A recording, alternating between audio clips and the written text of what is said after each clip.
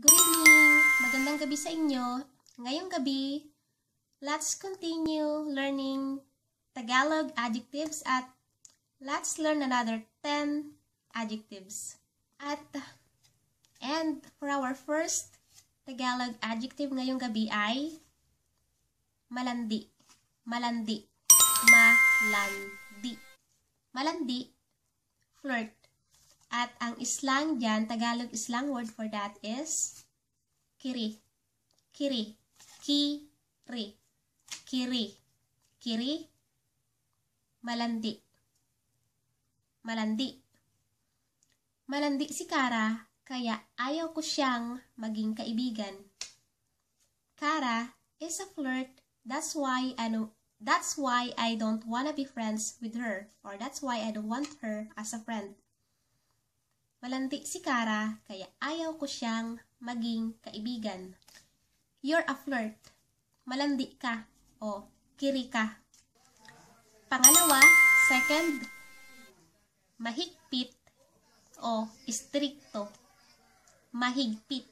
Mahigpit o estrikto. Estrikto. Both means strict. Mahigpit o estrikto. Mahigpit, o you can say estrikto, ang mga magulang ko. It's another night and let's continue our Tagalog adjectives. Stingy, kuripot. Kuripot. Kuripot. Example, halimbawa, kuripot ang lola ko. My grandmother is stingy. Para sa kanya, for her, an item worth $3 ay mahal na. For her, an item worth $3 is already expensive. Makulit.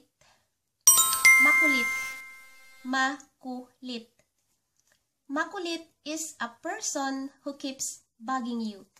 So, if someone keeps bugging you, say, makulit ka.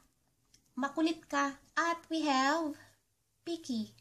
Picky. If you are picky, you are pihikan. Pihikan. Pihikan. Pihikan. Pihikan ako pagdating sa pagkain. I'm picky. I'm picky when it comes to food. Pihikan ako. I'm picky pagdating when it comes sa pagkain, to food. I'm picky when it comes to food. Pihikan ako pagdating sa pagkain. 6 and 7. 6, matakaw. Greedy. Matakaw. Matakaw. Matakaw sina Alan at Mark. They already had 2 plates of food and they're still eating. 7, gahaman. Gahaman, if you mean a person with an intense desire to acquire more than her share or more than his share or more than what she or he deserves. Most likely, pera, money, wealth, kayamanan, o mga ari-arian. Ari-arian properties. And I just want to add before someone jumps in and say, it's glutton, not greedy. Kuha mo. Kuha mo. Kuha mo. Understood? Got it? Okay. You can also say, or you can also use glutton.